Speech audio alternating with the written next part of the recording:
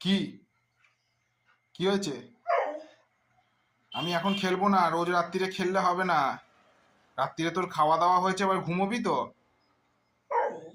না, কেন রোজ রাত্রিরে খেললে হবে না? আমার এখন কাজ নেই?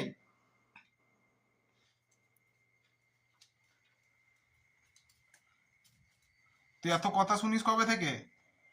ঘুমিয়ে পড়লি?